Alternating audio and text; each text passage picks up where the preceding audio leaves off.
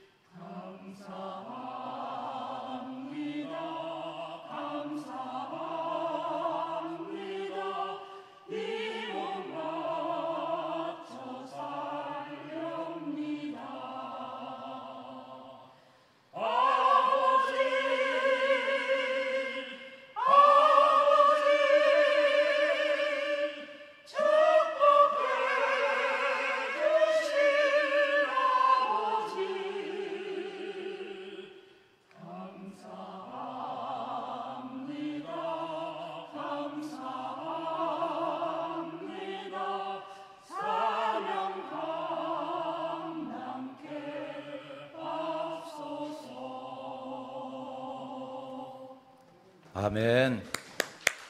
네. 우리 새벽 성가대 여전히 그냥 은혜스러운 찬양으로 갑자기 눈물이 핑 도네요. 그냥 아버지, 우리 아버지도 돌아가셔가지고 이제 뵐 수가 없어가지고 갑자기 아버지 생각이 나네요. 그러나 우리에게는 하나님 아버지가 계신 줄 믿습니다. 우리를 늘 돌보시고 인도하시고 우리를 이끄시는 하나님 아버지를 오늘도 의지하시는 우리 모든 성도님 되시기를 축복드립니다. 오늘 너무 찬양 감사합니다. 다시 한 번 더 새벽 성가들을 위해서 축복의 박수 부탁드리겠습니다. 네. 한결같은 우리 새벽 성가대 늘 사랑하고 축복합니다. 오늘도 예배드리는 우리 모든 성도님들, 또 유튜브로 예배드리시는 우리 성도님들 사랑하고 축복합니다. 예. 아유, 휴가 다녀오니까 참 좋으네요. 근데 휴가하는 동안에 내내 그냥 생각이 그래도 우리 성도님들 이렇게 보고 싶은 마음에 참 속으로 이걸 안 믿으시는 분들이 참 몇 분이 계시네 아직도. 이거 얼마나 제가 보고 싶었는지 그냥 한숨에 그냥 달려오고 싶은 그런 마음. 예, 사랑합니다. 예, 한 번 한 번 이렇게 뵈니까는 너무 반갑네요. 오늘 말씀 보면은 로마서 11장 13절부터 16절 말씀에 보면은 우리가 사도 바울의 고백에서 우리가 보면은 나는 이방인의 사도이다, 이방인의 사도로 부름 받았다, 이 말씀 속에서 이 사도 바울이 지금 현재 누구에게 편지하고 있는가, 이거를 다시 한 번 더 상기하는 거죠. 로마에 있는 성도들에게 편지를 하는데 여기서 이방인인 너희에게 말하노라 이렇게 말씀하고 있습니다. 이것을 내가 너희에게 말한다. 내가 이방인의 사도로서 내가 지금 가지고 있는 마음이 뭐냐면은 이게 영광스럽다는 거예요. 예? 내가 이 직분에 대해서 영광스럽게 생각하고 있다는 것이죠. 13절 말씀 보면은 내가 이방인인 너희에게 말하노라. 내가 이방인의 사도인 만큼 내 직분을 영광스럽게 여기노라 이렇게 말씀하고 있습니다. 이 말씀에서 사도 바울이 지금 누구에게 편지하고 있는가? 내가 이방인인 너희에게 편지하고 있다. 지금 로마에 있는 그 믿음의 성도들이 물론 유대인도 있을 수 있습니다. 그리고 그곳에 그러나 지금 이 본문을 통해서 우리가 알 수 있는 것은 대부분의 사람이 헬라인이며 이방인이라는 것을 말씀하고 있는 것이죠. 로마 교회 성도들에게 편지를 하고 있기 때문에 그 교회의 대부분 구성원들이 이방인이라는 거죠. 제가 이렇게 보니까 우리 옛날 순복음교회 성도님들도 전부 다 이방인이네요. 한 분도 유대인이 없어요. 제가 알기로는. 그렇듯이 그 이방인에게 편지하면서 왜 이 직분이 영광스럽는가, 나에게는 왜 이 직분을 영광스럽게 여기는가, 이 이야기를 하고 있는 것입니다. 13절 말씀에 본 것처럼 내 직분을 영광스럽게 여기노니 이렇게 말씀하고 있습니다. 내 직분을 영광스럽게 여기노니. 이 직분이 왜 영광스럽냐면은 이 직분이라는 이 원어의 의미에서는 섬기는 일이라는 거예요. 내 직분, 내 직무, 내 직책이 바로 섬기는 그 일이 내 일이라는 것이죠. 그런데 이 직분이 그냥 직분이 아니라 내가 이방인을 내가 전도하고 이방인에게 내가 복음을 전하고 이방인을 위해서 내가 부름받았으니까 내가 이방인을 향해 가야지, 내 스스로 결정한 것이 아니라 이 직분에서 이 뜻을 보면은 하나님께서 주신 거라는 거예요. 하나님께서 부여하신 거기 때문에 이 직분이 나에게 중요하고 그리고 내가 영광스럽게 여기는 직분이라는 것입니다. 우리도 이렇게 직분을 받아 있습니다. 뭐 집사로, 또 안수 집사님으로, 또 장로님으로, 권사님으로, 또 목회자로 이렇게 직분을 받아서 우리가 생활할 때 우리의 직분이 중요한 이유는 하나님께서 부여하셨기 때문에 중요하다는 것입니다. 교회에서 준 게 아닙니다. 이 직분은 내가 열심히 해서 그냥 교회에서 투표해가지고 그냥 주는 것이 아니라 이것에서 분명한 것은 우리가 직분자로 부름받은 것은 하나님께서 부르셨다라는 그런 믿음으로 나아갈 때 이 직분이 영광스러운 직분이 되는 것이에요. 우리가 열심히 교회 일을 잘해서 이 직분을 준 것이 아니라는 거예요. 교회 오래 다녀서 이 직분을 주는 것이 아니라는 거예요. 섬기라고. 교회를 섬기고 하나님을 섬기고 성도를 섬기고 이웃을 섬기라는 그런 직분인 줄 믿습니다. 그래서 이 직분이라는 이 디아코니아라는 이 단어는 항상 우리가 기억해야 되는 것이 섬기는 일이구나. 내가 직분을 받은 자면은 그거에 합당하게 섬겨야 된다는 것을 꼭 기억하시는 우리 성도님 되시기를 축복드립니다. 제가 그래서 새벽 성가대를 사랑하는 거예요. 이 직분을 감당하기 위해서 남들보다 일찍 나오고, 왜 일찍 나오는지 아세요? 옷 갈아입기 위해서 일찍 나오는 거예요.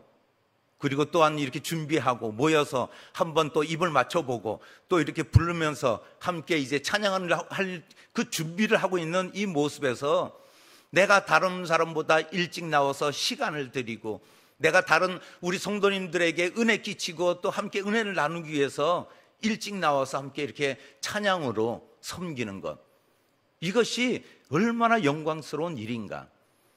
하나님이 주신 직분을 잘 감당하고 계신 줄 믿습니다. 우리 또한 예배자로 부름받았습니다. 예배 가운데 있는 우리가 얼마나 하나님께 영광 돌리는 이 일인가, 이것을 기억하시며 오늘도 하나님께 영광 돌리시는 우리 모든 직분자들 되시기를 예수님의 이름으로 축복드립니다. 두 번째는 뭐냐면 왜 이것이 나에게 영광스러운가, 이것을 말씀하고 있는 겁니다. 14절 말씀에 이는 혹 내 고륙을 아무쪼록 시기하게 하여 그들 중에서 얼마를 구원하려 함이라. 이는 혹 이렇게 말씀하고 있는데, 이것은 가정법을 사용하여서 이것을 뭐냐면 혹시라도 내가 또한 이것을 간곡히 원하고 있는 것을 의미하고 있는 거죠.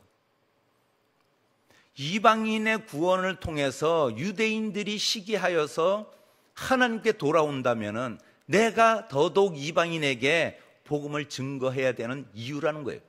내가 복음을 이방인의 사도로 부름받아서 내가 이방인을 향해서 내가 나아가는 것이 유대인들이 혹시라도 이것을 시기하고 또한 여기에서 떨어지는 자그마한 은혜일지라도, 우리가 복음서에서 나오는 그 여인처럼 병든 딸을 고치기 위해서 주님께 왔을 때 내가 이 부스러기를 아이들에게서 뺏어서 개에게 던짐이 마땅하냐 이렇게 말씀하실 때 그 아이에게 떨어진 부스러기라도 떨어지는 그것을 먹는 것, 그것을 원한다고 이야기하지 않습니까? 이 자그마한 은혜라도. 사도 바울이 이방인의 그 사도로 부름받았지만은 유대인을 그렇다고 해서 멸망당하고 유대인들이 하나님께로부터 멀어지고 하나님께 멸망당하는 것을 볼 수 없는 것이죠. 이방인을 향해 부름받은 직분을 가졌지만 그래도 내 민족, 내 사랑하는 그 주변의 이웃들을 위해서 생각하고 늘 마음 가운데 있는 것을 볼 수 있는 것입니다. 혹시라도 간절하게 바라는 사도 바울의 그 마음 가운데 있는 것이죠.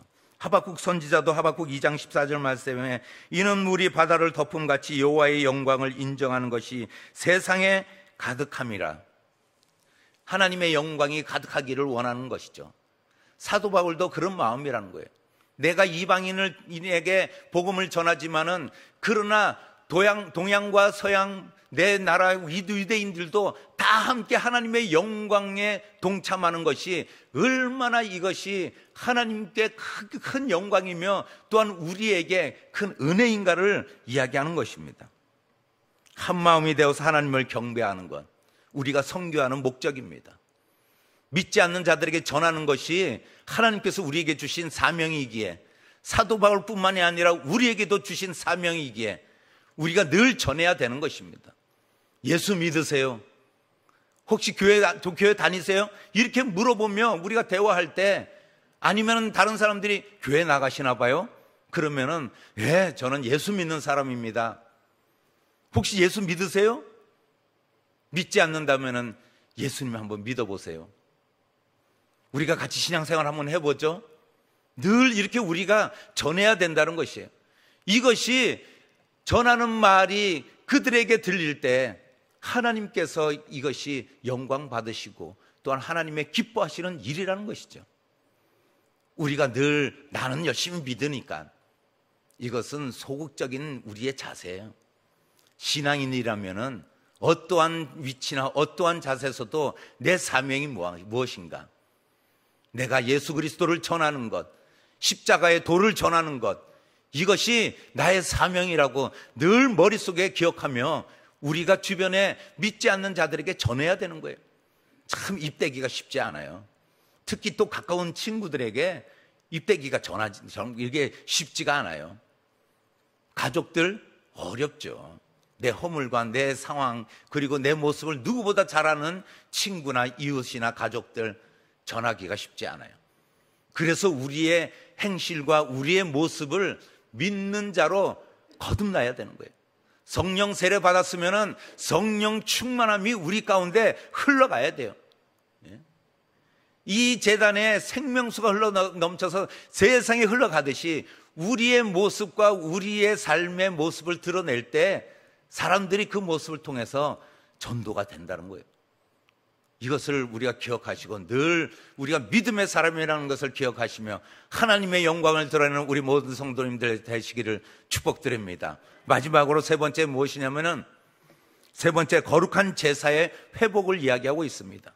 16절 말씀, 제사하는 처음 익은 곡식가루가 거룩한즉 떡덩이도 그러하고 뿌리가 거룩한즉 가지도 그러하니라. 이 말씀에서 제사하는 처음 익은 곡식가루라고 이야기하고 있습니다. 이것은 첫 열매를 의미하고 있으며 또한 이 첫 열매는 아브라함과 같이 우리 족장시대 때의 그 처음 믿음을 가졌던 그 조상들을 의미하는 것이에요. 첫 열매, 첫 제물, 첫 곡식을 가루로 빻아가지고 이것을 하나님께 드리는 거예요. 이것은 바로 회복을 의미하는 거죠. 처음 믿었던 그 믿음의 회복, 이스라엘을 회복되기를 원하는 사도 바울의 그 고백이에요. 이 모습 속에서 우리는 은혜 안에 들어갈 수 있다라는 확신, 이스라엘 민족도 그 첫 열매를 통해서 믿음이 나왔기 때문에 그 믿음에서 우리도 다시 회복될 수 있다라는 그런 마음에서 이 말씀을 기록하고 있는 거예요. 우리 조상들도 믿음의 조상 아니었느냐? 그러면 그 첫 열매를 가루로 빻아서 그 열매를 하나님께 드렸던 그 제사, 이 제사가 회복될 수 있다는 것을 확신을 가지고 또한 그 믿음으로 사도 바울은 그 로마 교회에다가 편지를 하며 유대인들 너희들에게 이렇게 했는데 내 민족인 유대인들도 이렇게 회복되기를 원하는 마음을 전하는 것이죠. 뿌리가 거룩한 즉 가지도 그러하니라. 이 뿌리에 두고 있는 이 말씀 속에서 아브라함과 같은 그런 구원의 족장들이 하나님의 절대 주권 아래서 선택받아서 그 뿌리가 있다면 그 그루터기에서 나는 가지는 역시 거룩하다는 것입니다. 우리가 우리 가족들 생각해 볼 때 나는 열심히 신앙생활하는데 우리 자녀들은 왜 이렇게 믿음 생활을 안 할까? 그거를 가지고 낙심하고 또한 그거를 가지고 아직도 그것을 기도 제목으로 삼고 기도하는 우리 권사님들이나 집사님들, 그 말씀 들을 때 그래도 돌이켜 보세요. 어느 집사님은 그 아들 때문에 내가 믿음을 가졌다, 그래서 감사하다, 그렇게 이야기할 때 저는 마음 가운데 믿음의 뿌리가 있구나, 하나님께서 선택하신 그 하나님의 주권으로 부름받은 그 사람은 결국은 그 뿌리가 있기 때문에 든든히 세워지고 잘려나간 그런 구루터기만 남은 나무일지라도 거기에서 나오는 가지도 결국은 거룩하게 될 것이라는 것을 우리가 소망을 가져야 된다는 것입니다. 그리고 그 희망 속에서 하나님께서 부르신 그 믿음의 뿌리가 우리가 자라나며 그 가지가 어느 때는 썩고 어느 때는 그 가지가 말라 비틀어지고 어느 때는 그 가지가 죽은 것 같지만은 그 뿌리가 든든히 서 있다면은 그 가지에서 나오는, 그리고 그 뿌리 그루터기에서 나온 가지들은 결국은 회복될 것이며 하나님께서 주권적으로 다시 그 가지들을 거룩하게 사용하시며 또한 우리의 예배가 회복된다는 사실을 기억하시는 우리 모든 성도님 되시기를 축복드립니다. 예배와 신앙이 살아있다면 우리의 가지는 반드시 살아날 것입니다. 우리의 기도가 끊이지 않는다면 하나님은 우리의 기도에 하나님의 계획과 섭리에 따라서 이끌어 주셔서 우리의 바람이 아니라 하나님의 바람대로 우리의 기도를, 우리는 그래서 기도할 때 하나님의 뜻을 구하는 거예요. 하나님께서 나에게 그렇게 기도하게 하시는 거예요. 우리가 기도하다 보면 어느 때 성령님께서 그렇게 기도하게 하는 거예요. 그것을 꼭 기억하시는 우리 모든 성도님 되시기를 축복드립니다. 우리가 기도할 때 기도하면은 하나님께서 그런 마음을 주셔요. 성령의 마음이죠. 아무리 크고 놀라운 그런 경험, 기적, 우리가 그리 큰 은혜를 받았어도 우리가 늘 성령 충만하지 않으면은 우리는 계속 세상의 것으로 따라가게 된다는 것입니다. 그의 나라와 그의 의는 사라지게 되는 거예요. 그만큼 우리가 기도하고 또 말씀 보고 예배하고 우리의 삶 속에서 우리의 뿌리는 어디에 있는가? 예수 그리스도의 반석에 내가 뿌리를 내리고 있는가? 말씀 위에 내가 뿌리를 내리고 있는가? 내가 늘 하나님을 예배하는, 하나님의 영광을 드러내는 성도의 삶을, 그런 삶에 뿌리를 내리고 있는가? 이것을 기억할 때 하나님은 그 뿌리로 통해서 나오는 가지도 거룩하게 하시며 우리의 가정, 우리의 자녀, 우리의 삶을 회복시키시는 그 하나님을 늘 붙들고 나가는 우리 성도님 되시기를 축복합니다. 그리고 또한 회복될 줄 믿습니다. 믿음으로 승리하는 우리 모든 옛들 성도님들 되시기를 예수님의 이름으로 축복드립니다. 예수님의 이름으로 축복드립니다. 기도하시겠습니다.